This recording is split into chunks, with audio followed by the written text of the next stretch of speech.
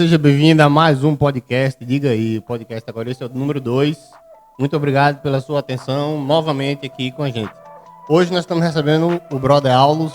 Seja bem-vindo, Aulus. Obrigado por ter vindo. Obrigado, é uma honra estar aqui nesse segundo episódio. A honra é toda nossa. Então, eu vou começar já escancarando aqui a verdade do que aconteceu hoje, porque... que isso, Coca? Tá meteu a cabeçona aí na frente da câmera. Logo a tua, bicho. Pô, me desconcentrou todo aqui agora. Teve uma distorção gravitacional aqui no momento agora. Eu peço desculpa aqui a quem tá vendo aí. Então, é porque aqui o nosso estúdio aqui tava uma bagunça da porra e tudo muito sujo e tal. E só eu e Coca não tava muito me importando. Porque Coca, quem é Coca? Ninguém, nada demais, né? Tá tudo tranquilo. Aí como a gente pensou em trazer um convidado, eu falei, vamos limpar primeiro. Só que o cara chegou antes da gente começar a limpar tudo, então acabou que ajudou aqui na limpeza e tal. O que é que você achou? Foi da hora? Foi meio constrangedor? Que nada, faz parte. Eu acho que é bacana ver o início dos processos, eu acho muito bacana. E eu acho que vai ter muito resultado bacana esse podcast aí. Pô, obrigado. Tomara que dê mesmo. Mas também se não der, a gente continua do mesmo jeito. Eu não tô mais nem não. Antigamente eu ficava meio preocupado com isso. Dá certo, dá errado. Hoje em dia eu me pergunto o que é dar certo no fim das contas. Já tá dando certo, já tá funcionando. Tá acontecendo, já teve gente que assistiu. O outro deu quantas visualizações, Coca? O cara não sabe nem falar, quer fazer podcast, viu? Acho que deu umas 500, pelo menos.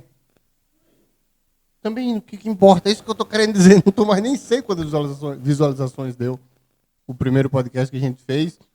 Sei que teve...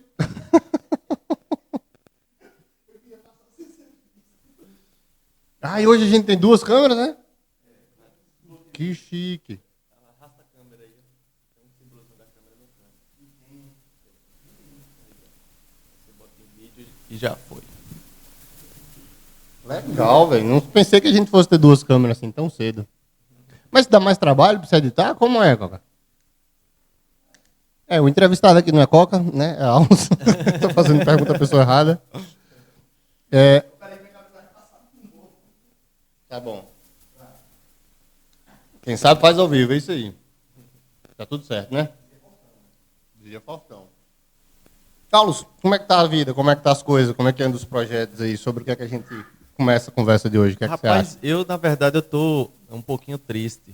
Tá triste? Tô. Por que, Alves? É difícil você estar conectado ao mundo hoje. Tá morando no Brasil e ignorar tudo que está acontecendo. Você tem que ser muito alienado para ser feliz numa situação dessa, né? E é todo dia um murro no estômago.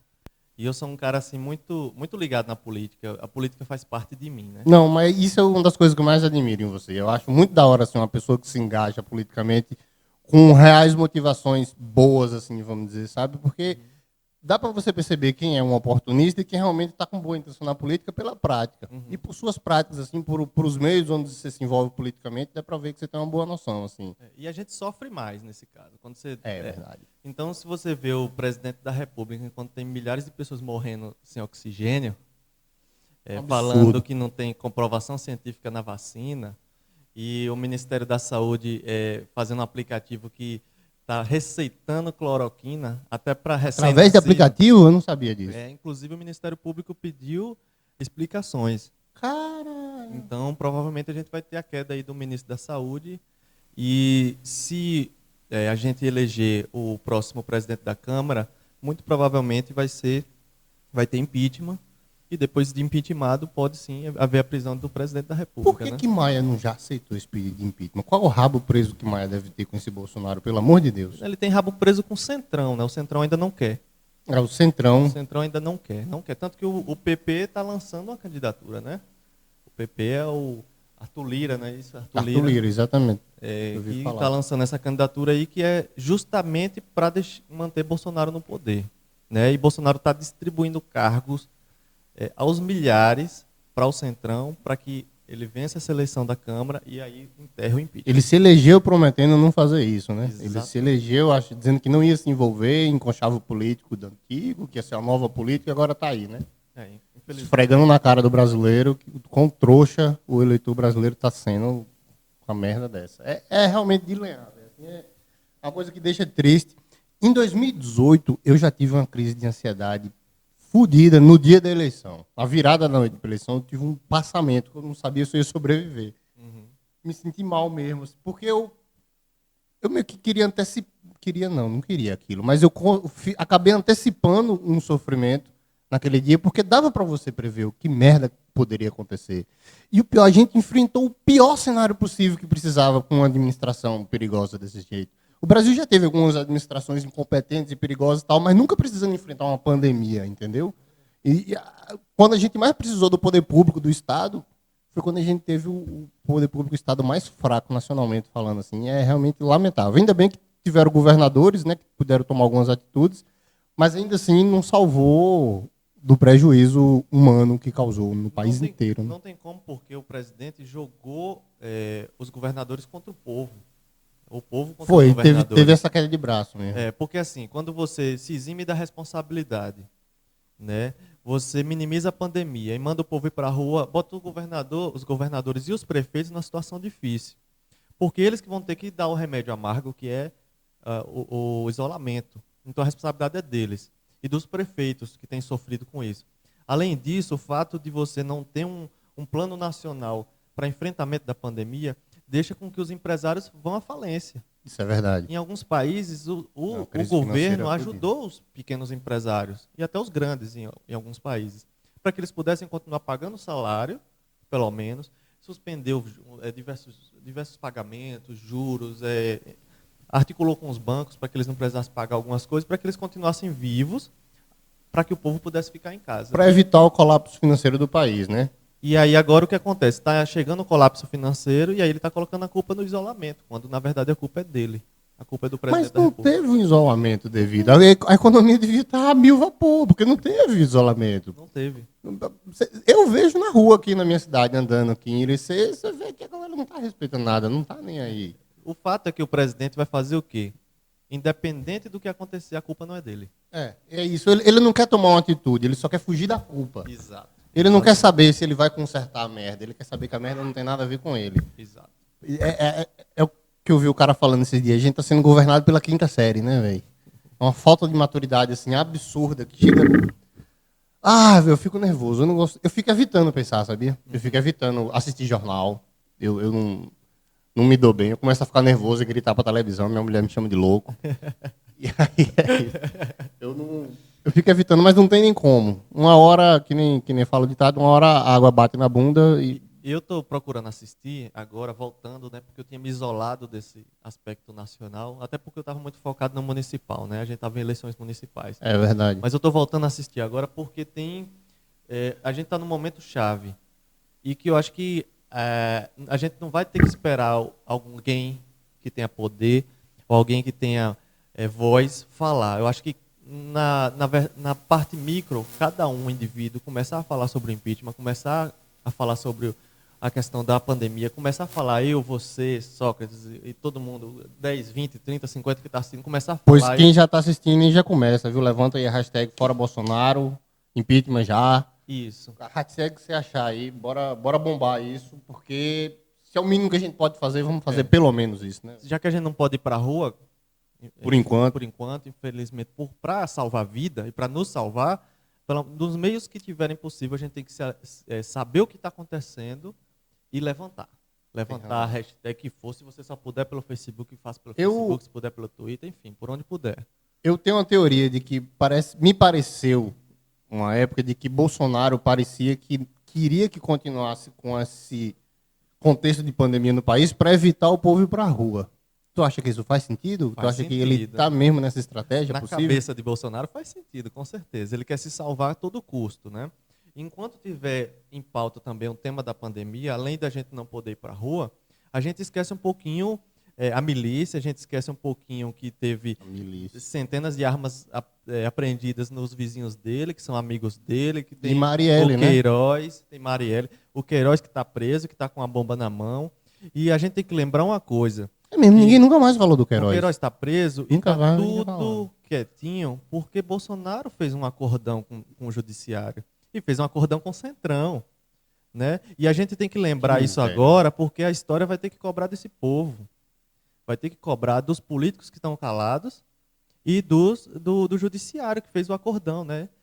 não sei se vocês lembram, mas o ex-presidente do STF recebeu o Bolsonaro no abraço, aquele abraço hétero bem... Não sei se você lembra. Bem broderagem. Aquele abraço, não sei o quê. O Bolsonaro foi no STF e ele sentou lá e todo mundo rasgando seda para Bolsonaro, um genocida. E eu fico assim, me dá vergonha. Mas é vergonhoso a Dá situação vergonha dessa, é vergonhoso ver isso mesmo. acontecer, né? Você vê que judiciário é quem devia ser o setor mais isento, né, do poder público, vamos dizer assim. E o setor que mais deveria servir à população, porque é o poder moderador, né, de certa forma, mas, como historicamente vem sendo falado, é o poder que mais tem faltado à República, né? E agora, outro poder que está faltando é o do Aras, né, o procurador. Do Aras? Isso, é o procurador. É o Procurador-Geral da República, né, que, na verdade, ele tem que fiscalizar as ações do presidente. E ele está terceirizando, ele foi indicado pelo presidente, e a gente está vivendo um momento de apatia dos poderes, na minha visão. Uma apatia, uma passação de pano generalizada para um genocida. Né? E a gente tem que começar a usar esses termos. E eu estou percebendo uma coisa que está acontecendo, que está começando pela imprensa. A imprensa está acordando para isso. Já estão chamando ele de genocida, já estão chamando ele de assassino.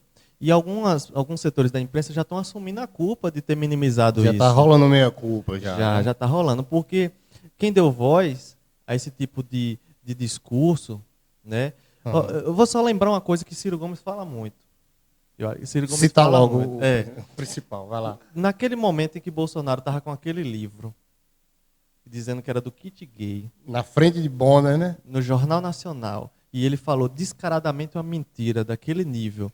E ninguém respondeu à altura e chamou ele de mentiroso na cara, estava assinando embaixo. Verdade. Estava sendo conivente com a situação. Então, assim, a imprensa tem esse dever com a população de dizer na cara que está mentindo. Inclusive, se você for mentir num debate, dizer, não, olha, isso aí é mentira. Ou população, por favor, não acredite nisso não, que é mentira. Ô, gente, pelo amor de Deus, isso é mentira. Agora estão dizendo, né? Gente, cloroquina não salva ninguém. Aumenta o risco de matar. Hoje, depois de quanto tempo? Aí ficava assim, não tem comprovação, fica naquela coisa. Tem que falar na cara, você está mentindo. Aí hoje, eu já vejo uma parte da imprensa falando abertamente. Eu sou desacreditado com a imprensa, velho. Eu sou assim, eu acho que é por isso que eu não estou sabendo nesse meia-culpa que existiu aí, que você está falando, porque eu sou totalmente desacreditado desde a prisão de Lula. Eu não considero Lula nem um cara inocente, nem nada, mas aquele tipo de julgamento, aquele tipo de prisão que aconteceu, e a mídia fazendo todo o circo para ser aceito aquela coisa aí, quase que ilegal, vamos dizer assim, né? Eu não sou advogado, não estudei direito nem nada, mas as poucas pessoas que eu conheço que entendem do ramo me deixaram muito claro, não é que ele é inocente, é que ele foi mal julgado. Então, se a imprensa não consegue ter esse papel de esclarecer o que é um julgamento sério, qual é o que se segue, né, o que se tem que se fazer para o julgamento ser efetivado sem nenhuma dúvida, sem nada obscuro, ficar tudo claro, esclarecido, mas não, a imprensa parece que estava conivente com a situação, estava dando, ainda bem, graças a Deus, que estão tirando Lula dessa possibilidade de voltar à presidência. Enfim, deu no que deu, né, velho? A imprensa brasileira, ela tem agenda, né? E isso, eu vou até... a imprensa brasileira é dominada por elites, né? Não tem nenhuma imprensa, assim, nascida do povão, fora a mídia ninja, que a gente conhece, né? Poucas, assim, pequenas. Tem, né? E mesmo assim elas são boicotadas e tudo. Tá democratizando um pouquinho. O que acontece é o seguinte, inclusive eu acho que é uma das coisas que o governo do PT não fez, né? Das muitas que deveria ter feito. Muitas que deveriam. Uma das que deveria ter feito é realmente botar um empecilho para que pessoas que têm determinado poder econômico grande e poder político que não possam ter um outro viés, que é o poder da mídia. Né? Aqui na Bahia, por exemplo, todo mundo sabe que grande parte da mídia é controlada pela família da ACM, né? E assim é no Brasil todo. Então, se você tem a mídia a seu favor, né, para defender seu viés político, isso não é democrático. Não é democrático, isso é um ataque à democracia.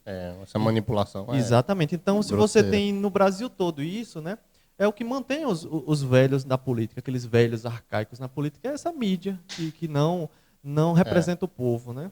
Então, uma das muitas coisas que precisaria ter sido mudado, que agora Você acha que deveria existir, então, uma regulação da mídia, uma regulação da imprensa, através do poder público? Isso, é uma regulação, claro que ouvindo a população, ouvindo os vários setores, no sentido de redemocratizar, não é de controlar o que se fala, não.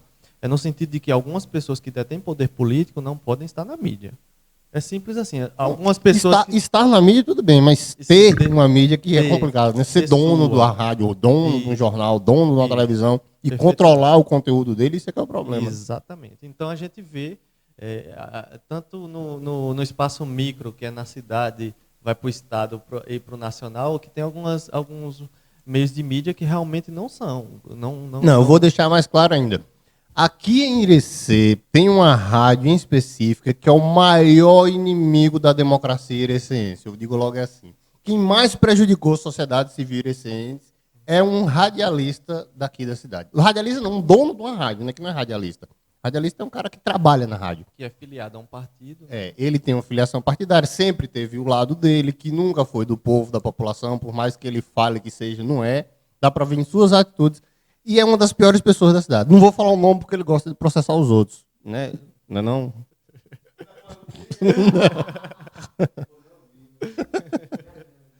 Aí eu não vou falar nada não, porque eu não tenho dinheiro para ficar pagando advogado ainda não. Quando eu tiver, você vai ver. Deixa o daqui se formar. Quando tiver advogado aqui dentro, vocês vão ver como é que vai ser. Mas é realmente revoltante. Quem mais deveria servir ao povo é quem mais está prejudicando e isso é... E agora a mídia percebeu que se não se levantar, uma parte, claro, que tem outra que está muito alheia e tem outra que está passando pano. Né? Sempre tem. Quando eu assisto, por exemplo, alguma programação, eu posso até falar o nome da Jovem Pan ou algumas da CNN, dá vontade de vomitar. Assim, dá. É o tal do Caio da Jovem Pan, né? Caio Coppola. Caio Coppola, isso não? nome? Meu Deus do céu. Um ódio daquele cara. Mas tem um outro que é pior, que era do Pânico. Ele defende o Bolsonaro. Carioca? Eu não. Coca que conhece o Pânico. Quem é Coca do Pânico, que é bolsonarista? Mas é do Pânico na rádio. Não é do vídeo, da rádio. Da TV, não. Mas geralmente é o mesmo elenco. Não. Tem outro cara mesmo. Ah, meu Deus do céu. E tipo assim, é surreal. Então, eu até assisti uns vídeos do Porta dos Fundos esses dias, que é muito engraçado. Eles têm uma série, que é debate polêmico. E aí tá lá de um lado, por exemplo, vacina. Isso foi antes da pandemia, viu? Foi antes. Vacina.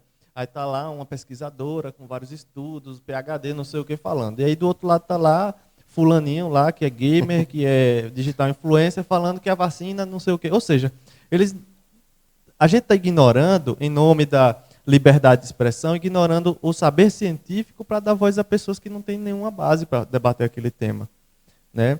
Então a gente tem que voltar a uma questão de que você tem que ter um mínimo de conhecimento, um mínimo de embasamento para poder debater o tema. Claro que você pode debater livremente, mas não com autoridade em mídia pública.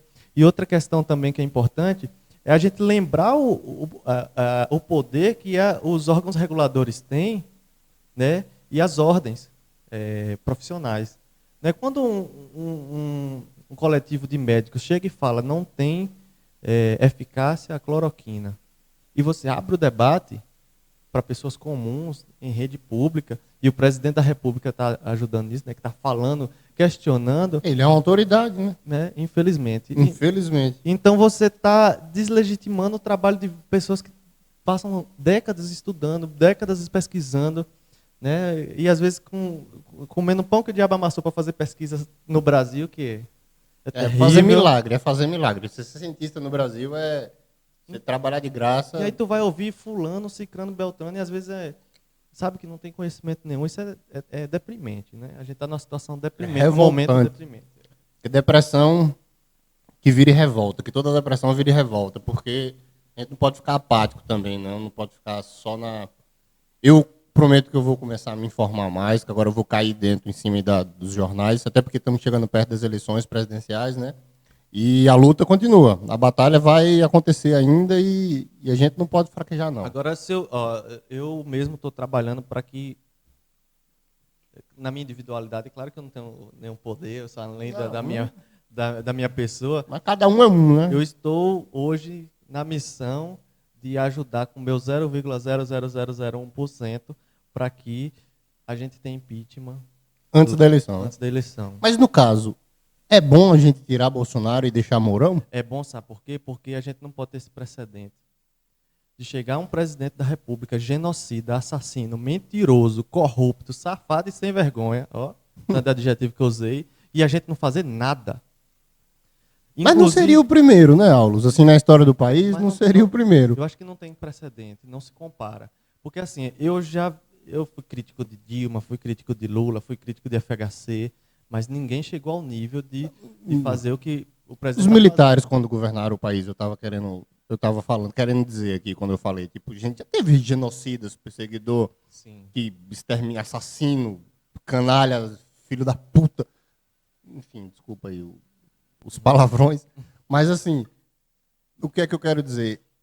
Sim, eu quero falar isso lamentando, eu não estou querendo contra-argumentar o que você está dizendo, mas, tipo assim, a gente tem uma história de fracasso político, vamos dizer assim, né, no país.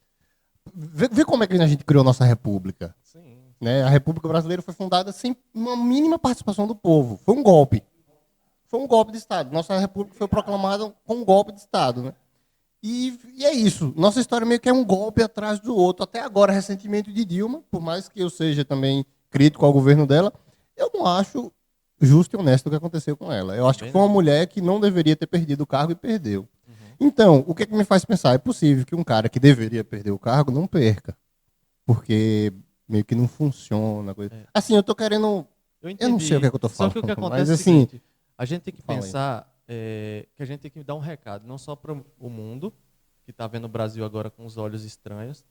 A gente está perdendo acordos internacionais, a gente não tem os insumos agora porque o presidente do país ficou tirando chacota da China, da Índia. O filho do cara.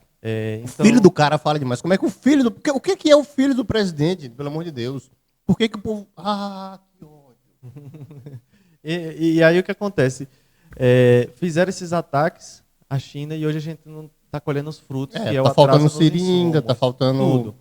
Né? E aí entra outro ponto, né? que inclusive foi tema da campanha, que é o fato do Brasil não explorar, não ser autossuficiente na questão da medicina. Né? Não realmente. É autossuficiente. Mas, enfim, aí o que já acontece? Não é autossuficiente em nada. Agora... O que é que o impeachment é importante agora? Porque a gente salva a vida. Vai evitar de morrer alguém se tirar Bolsonaro. Mas você acha que o Mourão vai ser tão diferente assim? Vai. O Bolsonaro é bem pior. Assim, né? ele é ruim. Aqueles adjetivos que Ciro usa contra ele... o burro de carga, né? Eu concordo plenamente. Mas, comparado com o Bolsonaro, porque Bolsonaro, além de tudo, ele é instável emocionalmente. Ele é extremamente instável. Uma criancinha da quinta série. Então, assim, e quando você está colocando um vice-presidente no cargo e você está sob a pressão de que o primeiro foi tirado de lá por incompetência ou porque fez isso, aquilo outro, a sociedade vai estar vigilante. Ele não vai assumir com a mesma irresponsabilidade que o primeiro, né? Agora, sim, só por não ser Bolsonaro já é um avanço incrível. E outro, que a questão é que a gente tem que mostrar que não se pode chegar no poder e fazer qualquer coisa. Se ele cometeu o crime, ele cometeu, a gente pode passar aqui 3 horas falando, um por um, dos crimes de responsabilidade que ele cometeu. Ele cometeu inúmeros crimes, então tem que ter a resposta. O povo não pode ficar calado e os políticos não podem deixar isso impune, né? Antes do impeachment da Dilma, eu achava que a democracia funcionava quase que organicamente. Eu achava assim, tipo, se ela for inocente, não tem como ela cair. Não tem prova nenhuma, nenhum crime que ela tenha cometido. Não tem como ela cair. Sem crime, como é que o STF vai assinar uma coisa dessa? Pois acontece. Assinou e ela foi impeachmentada sem cometer nenhum crime de responsabilidade fiscal, nem nada.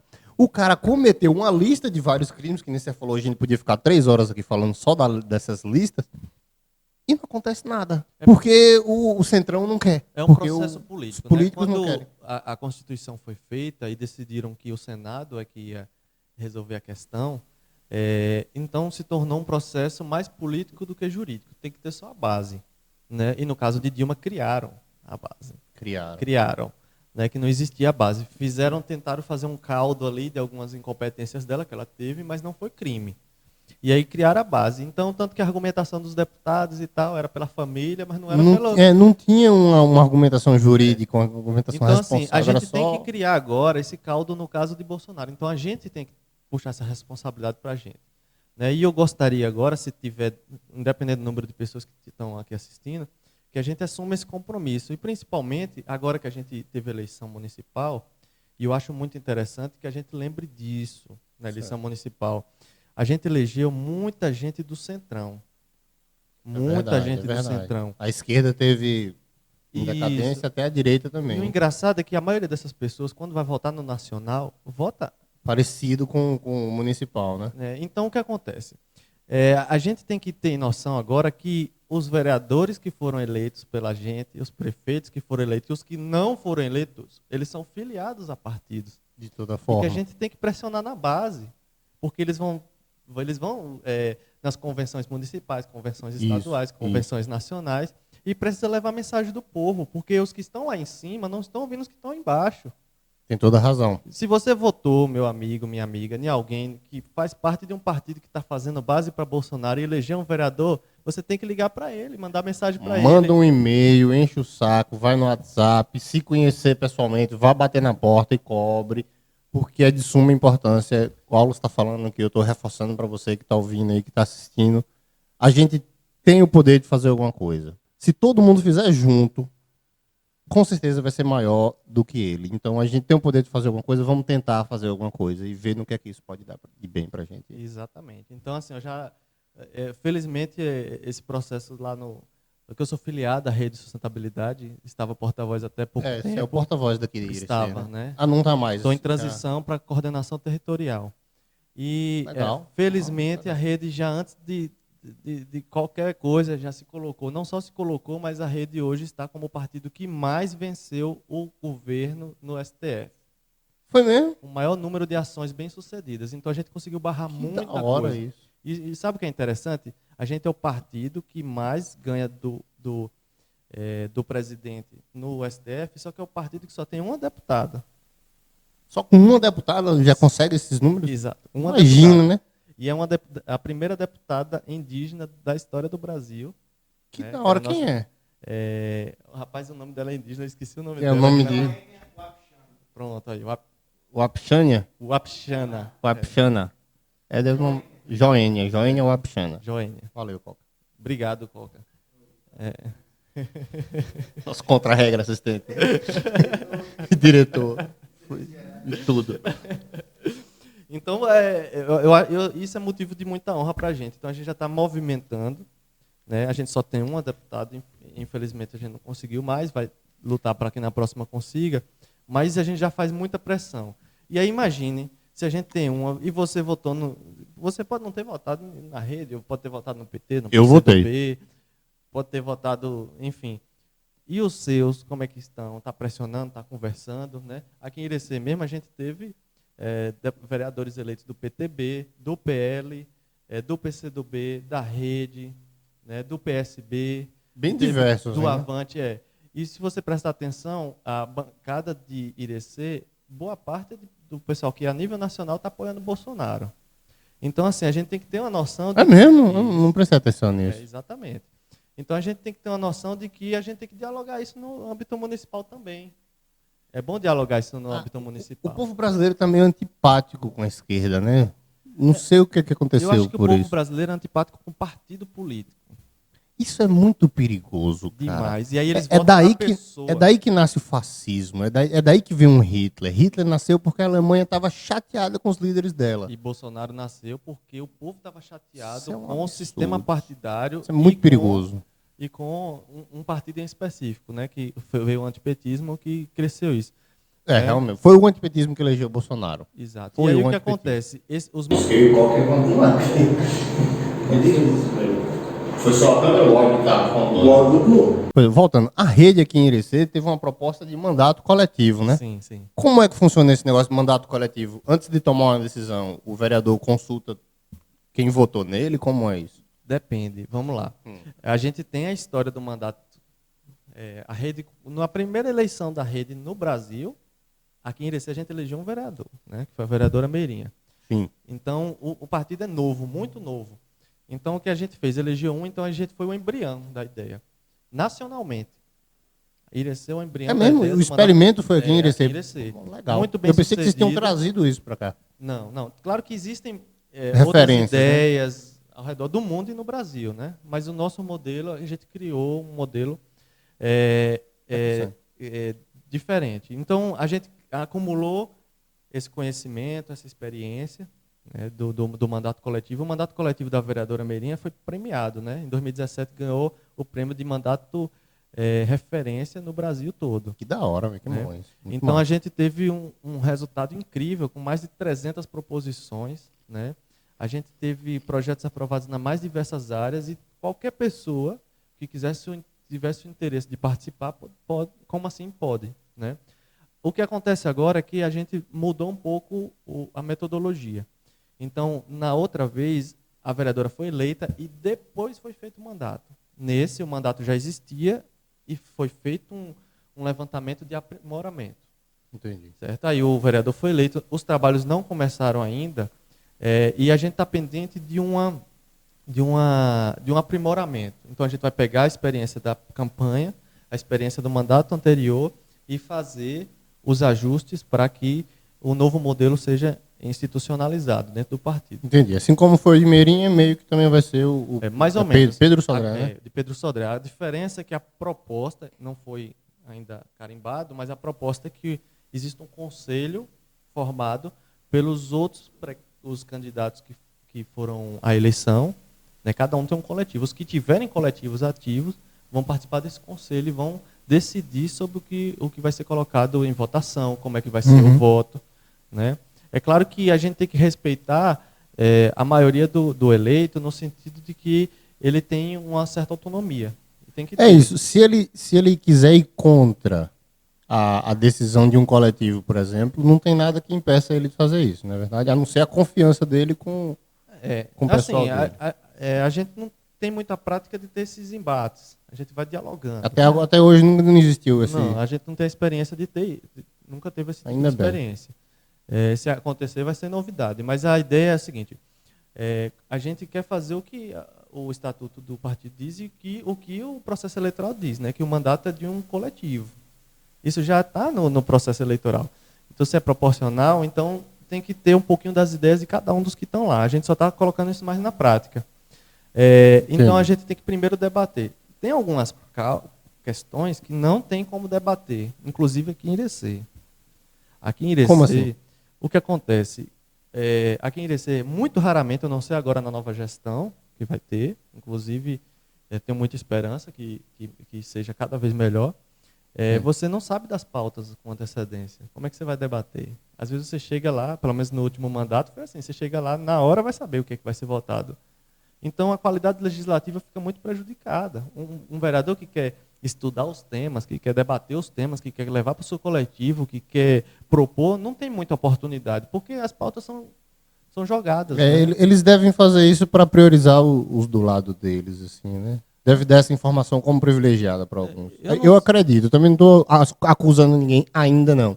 Então, o que acontece? E isso também é uma questão que a gente tem que ter participação popular e cobrar, né? Cobrar do legislativo que tem a organização e compromisso com a transparência, né? Inclusive, é uma luta da rede para que todas as sessões sejam gravadas, transmitidas, para que as pautas estejam com antecedência disponíveis tanto para os vereadores, para os partidos e para a população em geral.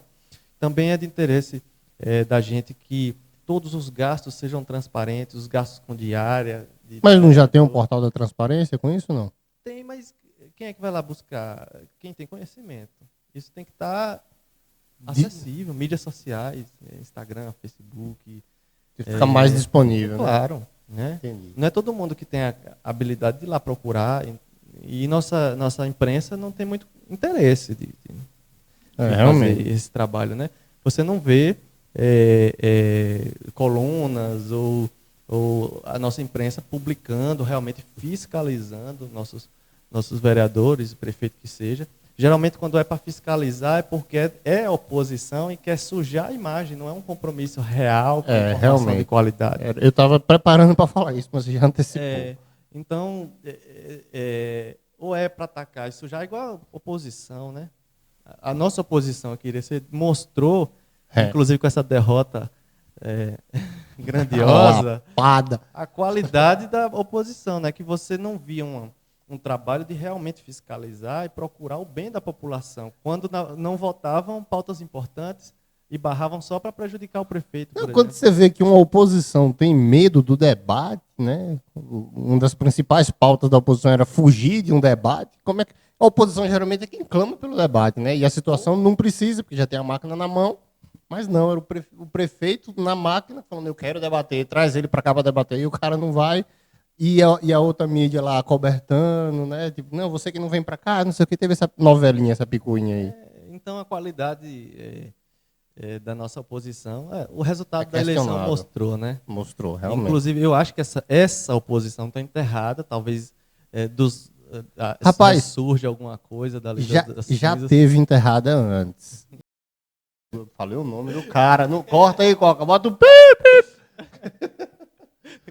Corta isso daí. Processado.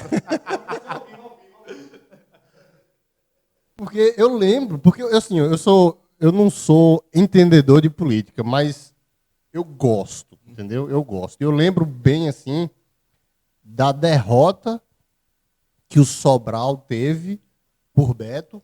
Eu lembro que foi um momento assim, a cidade toda estava mobilizada com isso. E eu lembro também a retomada disso, que foi quando Zé das Virgens perdeu por Ruinzinho. Eu não vou falar seu nome não, seu... que foi mais ou menos o mesmo tipo de engajamento, sabe? Então, assim, o que é que eu quero dizer com isso?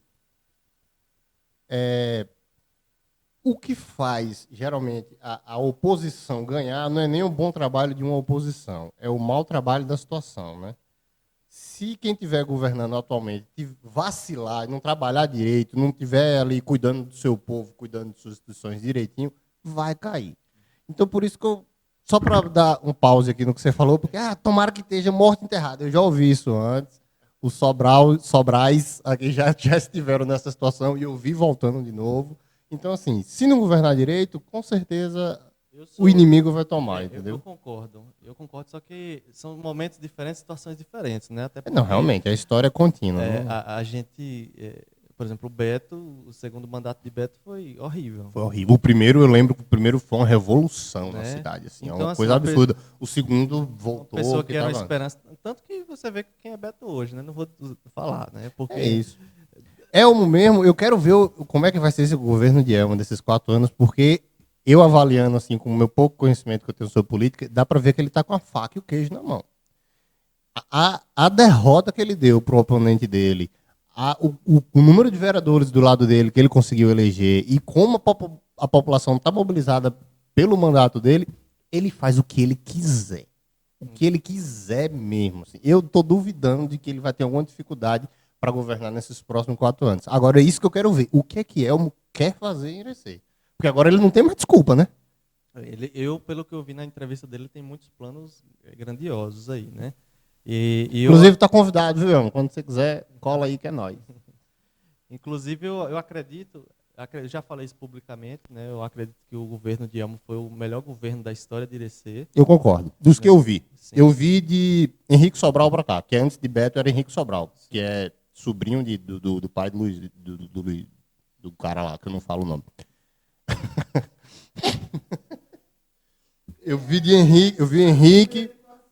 Eu não tenho dinheiro não, eu sou pobre.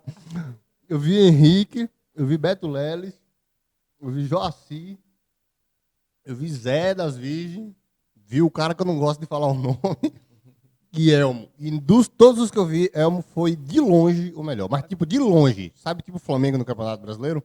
De longe o melhor. Também... Eu lembro que a gente estava falando... Que eu disse que eu assisti todos os governos e que o de Beto é de longe o melhor. E aí você ia comentar e Coca interrompeu. O de Elmo, no caso. É o de Elmo é o melhor. Corta isso que eu falei de um alto falho grave aqui. Gravíssimo. Gravíssimo. Tenho vergonha do que eu acabei de dizer aqui sem querer. Muita vergonha do que eu acabei de dizer aqui sem querer. Enfim, mas aí o que eu ia dizendo é que um cara experimentado, né? Inclusive, quando ele estava na presidência da Codevasf, ele foi extremamente requisitado pelos governadores e deputados, porque é um cara extremamente competente. Então, a gente está... É um momento, né, que eu acredito que a gente precisava ter um prefeito assim, né? Concordo. Não um prefeito só que maqueia uma cidade, mas ele conhece as problemáticas da cidade e pode agir com sabedoria. Concordo mesmo. Agora, um prefeito que frequenta a cidade, né? Não é um cara que vem para cá uma vez no ano para né, fazer uma visita e ver como é que tá. Então faz toda a diferença isso. Agora, claro que, apesar de eu considerar o melhor governo da história de Irecê, ainda existem muitos pontos que não foram contemplados em sua plenitude, né? Que ainda tem muito o que fazer. Claro, um deles claro. é o da causa animal, que já tem um compromisso dele, inclusive, eu já tive em conversas com ele tem um compromisso de nesse segundo mandato, dar um encaminhamento bem melhor nesse sentido. O outro é da educação ambiental nas escolas, né? E a questão ambiental em si, que Irecê, que não é por conta dele, sucessivos governos. É uma história que a gente tem, né? Que destrói as árvores, destrói tudo. Aí a gente está tendo problema agora com a abelha, né? Tá grave, tá atacando o pessoal na rua, as abelhas, tá? A abelha tá mais perigosa que cachorro, quem já viu isso? A gente tem um planejamento ambiental para a cidade, né? De rearborização, né? E acredito que a gente tem condições de começar um diálogo, uma conversa sobre, num futuro breve, ter um parque da cidade, né? Eu acho muito interessante que a gente comece a pensar em Irecê, inclusive depois desse mandato de Elmo, que é referência, numa cidade referência para a região, né? Então a gente pode pensar de forma pioneira.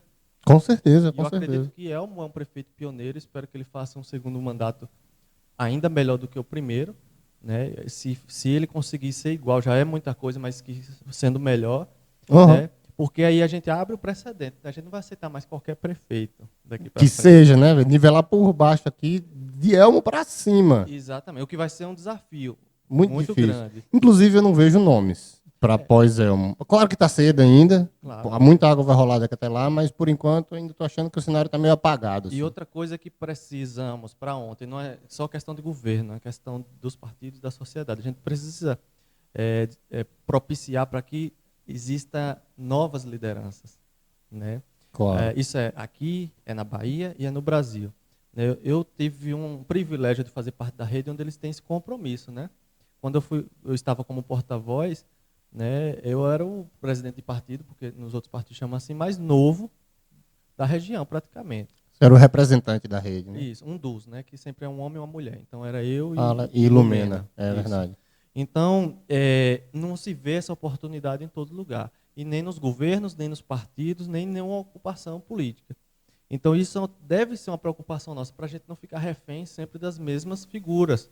E não é porque elas são ruins, é porque a democracia exige renovação, exige oxigenação. Por mais que um governo seja bom, se a gente não troca, não precisa ser o governo todo, mas algumas pessoas que ocupam alguns espaços, a gente cria vícios. E e não é por culpa de um ou de outro, é por culpa da permanência longa em um espaço de poder. Acredito que espaço de poder político deve ser missão temporária para qualquer pessoa. Inclusive, eu sou contra a reeleição. Eu acho que não deveria existir reeleição. Apesar de que eu apoiei a reeleição de Elmo, do atual prefeito, por uma questão de... Sei lá, não quero explicar isso agora. Não estou fazendo campanha agora, né? Uhum. Mas é isso. Eu sou contra, porque eu acho realmente que tem que ter essa oscilação de um lado e de outro. Por mais que você já tenha um lado e quer que o seu sempre ganhe, é bom perder de vez em quando para dar uns tapas na cara, uma corda, que foi o que eu acho que aconteceu com a gestão de Zé das Virgens. Estava muito apático, a gente vai ganhar de qualquer jeito, a gente é dono da cidade, que tem a família A ou a família B que vai deixar de me apoiar, então eu vou ganhar de qualquer jeito. E aí perdeu. Então, assim, tipo, foi uma corda no nosso lado aqui, vamos dizer assim. Uma sacudida que precisava acontecer. E aqui no Brasil aconteceu isso, né? No Brasil. É verdade. Então, assim, se em 2010, nosso querido, amado ex-presidente Lula tivesse passado a bola, não para alguém necessariamente do PT, mas alguém de outro partido, para oxigenar a esquerda, e dar força a novas lideranças, a gente provavelmente não teria um genocida no poder, né? Eu arrisco nesse momento em dizer, eu fui muito severamente contra Aécio na campanha contra Dilma. Mas um dia como hoje, eu arrisco a dizer que poderia ter sido bom Aécio ter ganhado da Dilma, ter feito os 4 anos dele para a gente esculhambar e dizer que foi uma bosta, para não correr o risco de hoje ter um Bolsonaro. Que aí o PT insistiu na vitória, olha o contragolpe que deu, entendeu? Às vezes é bom não ganhar sempre, pelo bem da democracia, não pelo bem da política, mas da democracia, né? do poder do povo. O povo tem que ter a noção de que ele tem autoridade de trocar. O povo fala, eu não gostei de você, agora eu vou para outro só por causa disso. E se o povo não tem essa autoridade, a democracia não funciona. E se fosse por mim um partido só, não teria mais 2 mandatos consecutivos, porque eu acho isso prejudicial. Você não faz nenhum tipo de governo só com um partido. Né? E tem partidos que chantageam os outros para continuar na cabeça de chapa. Isso é muito ruim. Eu não sei se isso existe de fato, mas uma vez eu conversei com um cara que entende um pouco de política, ele disse que tinha um sistema de política, acho que na Grécia Antiga, foi com Pablo que eu conversei isso. Vocês nem conhecem, não precisava nem ter falado o nome dele. E ele me falava que tinha uma forma de sorteio para o líder ser escolhido. Tipo, tinha um parlamento e tal, mas o porta-voz, vamos dizer assim, já que você usou o termo e ficou aqui na minha cabeça, era feito de forma de sorteio. Tipo, escolhia um cara, e se o cara não quisesse, era como se fosse um pré-requisito para ele ser bom. Tipo, o cara, não, eu não tô afim, não. É um cara assim que a gente quer mesmo, um cara que não tenha muita paciência para política. Eu não sei se isso é só conversinha, que o cara conversou comigo, gostava de bater papo, mas assim, o quão bom pode ser qualquer um eleger, né? O quão ruim também pode ser qualquer um eleger. Porque uma coisa que a democracia brasileira provou é que qualquer um pode eleger. Depois de Bolsonaro, meu pai fala, gente, me colocasse lá no lugar desse cara que eu resolvia mais problema que ele. Eu não tenho condições de governar, nem iria ser. Mas melhor que Bolsonaro para governar o Brasil, eu sei que eu sou. Como é que esse cara foi eleito, né, velho? É isso, esse jogo, né? Esse desequilíbrio, equilíbrio que rola, que às vezes pode ter esse conta-golpe, como eu falei. Agora que a gente tem que botar assim, teve uma habilidade do Bolsonaro e ele utiliza algumas táticas muito importantes do fascismo mesmo. Sim, né? Dá para notar. Mas também tem o erro da esquerda. Tem. É o que eu tô falando. Grave. Ficou não só ganhar pelo ganhar. E eu digo assim, foi por isso que eu briguei tanto na eleição de 2018. Eu me entreguei de uma forma, porque eu percebia isso, meus irmãos também, a gente fazia análise. Rapaz, aqui está a sopa prontinha para um fascismo. Hitler, né? Está pronta, né? A nossa sorte é que Bolsonaro é muito incompetente, até para ser ruim. Ele é muito eu gosto de comparar Bolsonaro com Hitler, mas eu lembro que já me corrigiram, porque falavam, velho, não fala isso, que Hitler era culto. Hitler era um estudante das artes, ele sabia falar, sabia escrever, era inteligente. Bolsonaro é só um babaca que deu sorte. Agora ele usa umas técnicas, né? E o erro ele deve ser bem assessorado para isso, né? Eu não acredito no potencial dele, no ponto de saber achar. Em alguns pontos ele é bem assessorado. Nesse ponto de manipular as massas dele, né? Então ele cria um ambiente em que a gente duvida de tudo, né? É tanta mentira que você não sabe, não tem mais um ponto referencial da verdade. Questiona-se tudo. Né? Então essas pessoas que seguem ele, que acreditam nele, questionam até a própria ciência. Então a gente é uma ferramenta pela mentira de controle de massas, né? E isso aí só aconteceu porque em um momento atrás a esquerda também utilizou esse tipo de tática, né? Foi verdade. O gabinete do ódio que hoje o Bolsonaro usa, ele foi baseado muito no gabinete do ódio que o PT criou lá atrás. Para esculhambar os inimigos, né? E destruir qualquer um que ameaçasse o projeto de poder, né? E eu lembro muito porque em toda a campanha eu sempre fui muito ativo. E na campanha de 2014 eu era eleitor de Marina Silva, né? E naquela eleição ela estava empatada em primeiro lugar com Dilma. E naquele momento começaram a mentir descaradamente e criar uma nuvem nas redes sociais e em todos os lugares possíveis para mentir dizendo que ela ia acabar com Bolsa Família, que ela ia destruir o pré-sal, que ela ia tirar comida da mesa do povo brasileiro. Então, assim, foi mesmo, eu lembro disso. É uma tática de guerrilha para destruir a imagem do outro. Não é uma argumentação lógica, não é um debate. Então, essa mesma ferramenta que foi utilizada com muito sucesso, inclusive o marqueteiro que aprovou isso foi preso, que estava na campanha de Dilma, ele foi preso, né? Dada a honestidade desse processo. Foi o João? Eu não lembro o nome dele agora. João Santana, né? Esse não é o nome dele? Depois a gente pesquisa aí para botar no... no link aí. Mas o fato é que foi utilizado. Então legitima. O pior problema, isso funciona, né? Funciona. O Bolsonaro está aí graças a esse tipo, a usar o ódio como motivador, e não foi diferente para governos anteriores, infelizmente.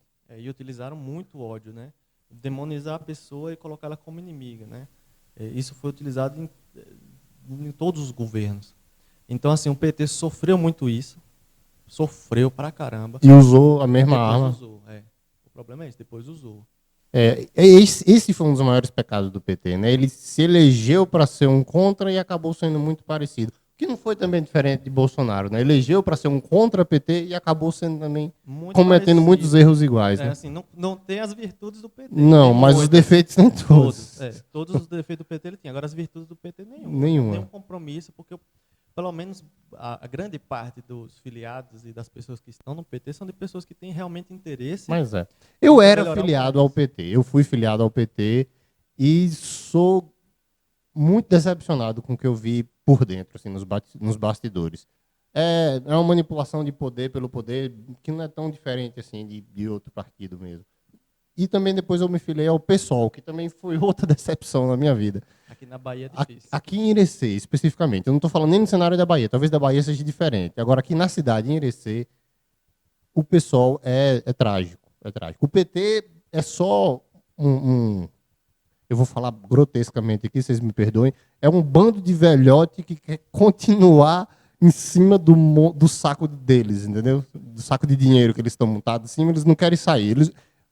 Para não ficar tão feio, eu vou falar outra metáfora. É um pé de manga que não deixa ninguém crescer embaixo dele. Sim. Sabe? É os caras que estão já há décadas dominando o PT em Irecê e eles querem continuar mais algumas décadas. Só que o que eles não perceberam é que talvez não tenha mais algumas décadas para eles dominar alguma coisa. O PT começou a entrar em decadência e não viram, e a arrogância, a petulância de que a gente não vai perder nunca, acabou dando essa derrota acachapante que foi nessas eleições municipais aí, né?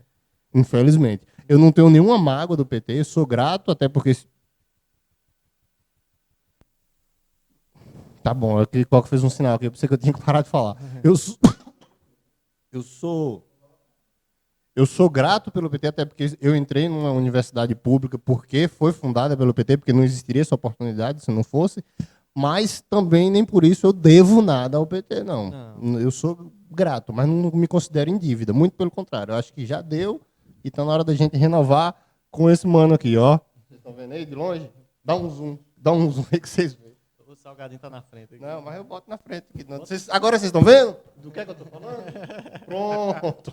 Obrigado. Aqui deu bom, que a gente concorda nisso daí, viu? Não, até hoje, nesse estúdio, não entrou ninguém que não votasse em Ciro. Não que isso seja pré-requisito para entrar aqui, tá, gente? Qualquer um aqui é bem-vindo, o microfone está aberto. Mas até agora só entrou eleitor de Ciro aqui dentro desse estúdio. Pois é, eu acho que todo mundo deveria dar uma olhada, uma... Você tem o seu, né? Eu tenho o livro. O que eu gosto. Só que eu não li ainda, infelizmente. O que eu gosto no Eleitor do Ciro é isso, velho. Ele tem o livro do cara em casa, ele assiste. Inclusive, eu vou até lhe adiantar. Se você assistiu todas as palestras dele, você conhece esse livro. Você conhece esse livro. Eu li falando, isso aqui eu já vi ele falando. Isso aqui ele falou na palestra de Santa Catarina. Isso aqui ele falou no Rio. Isso aqui ele falou no céu. O interessante de Ciro, ele está querendo pulverizar a ideia mesmo. Ele convence a pessoa pela ideia. Pela ideia. E é isso que está faltando. Ele tem um projeto. É isso que está faltando. Eu me arrepiei quando eu falei, ó. É porque eu acho o Ciro bonito? Não acho. Eu não acho que ele seja a pessoa perfeita, maravilhosa. Ele não é mito, ele não é o salvador. Ele tem um projeto e ele tem experiência. Foi testado, né, velho? E competência. Foi testado. E é uma coisa que o Brasil tem que aprender, uma lição que a gente tem que aprender agora. Tem que parar de colocar na presidência da República estagiário. Não dá mais, né? O cara vai para lá para aprender como fazer lá, não dá. Pô, nenhum presidente da democracia, da redemocratização, passou por todo o processo de aprendizado, né? Que você vai, pelo menos vereador, se não puder vereador prefeito, aí vai um deputado estadual, deputado federal, vai ser um secretário, vai ser governador, vai ser ministro. Ciro passou por isso tudo. E a história é que são aventureiros, né? Os caras que chegaram lá estão querendo botar Luciano Huck para competir no Brasil, um país complexo desse, né, que tem problemas estruturais, que tem um sistema fiscal retroativo que tira do pobre e dá para o rico. é extremamente complexo lidar com isso. Uma pessoa que não conhece as contradições, os problemas do povo, né? Como é que ela vai lidar com isso daí? O resultado Luciano Huck, ele vai reformar a casa de todo mundo no país, mas antes você tem que cantar Roberto Carlos andando no monociclo. Aí ele reforma a sua casa. Vai ser assim o mandato do Luciano Huck. E aí, Coca, já deu um papo aí para um podcast? Ó, a bateria tá indo embora ali, eu vou encerrar. Tem a outra ali ainda também. Tem a câmera ali, tá salvando também, né? Mas eu acho que já dá muito material aí para Coca editar. Aulos, foi um prazer enorme. Não foi o suficiente, só uma conversa. A gente vai marcar aqui ainda, você vai voltar aqui de novo para a gente falar de outros assuntos. Massa. Não precisa ser só sobre política, porque a gente já falou aqui, mas também pode continuar falando sobre política. A ideia aqui do nosso podcast é que seja realmente um papo aberto, sem pauta. Como foi agora aí, vocês viram, foi só trocando ideia e rolou, aconteceu. E muito obrigado, véio, por ter vindo. Eu que agradeço. Esse é um espaço bacana que vocês estão criando aqui. E eu acho que ainda vai rolar muita coisa massa, que a gente vai ouvir muito falar desse podcast aqui. Vai rolar muita coisa bacana. Tomara. Valeu. Pode cortar aí, Coca.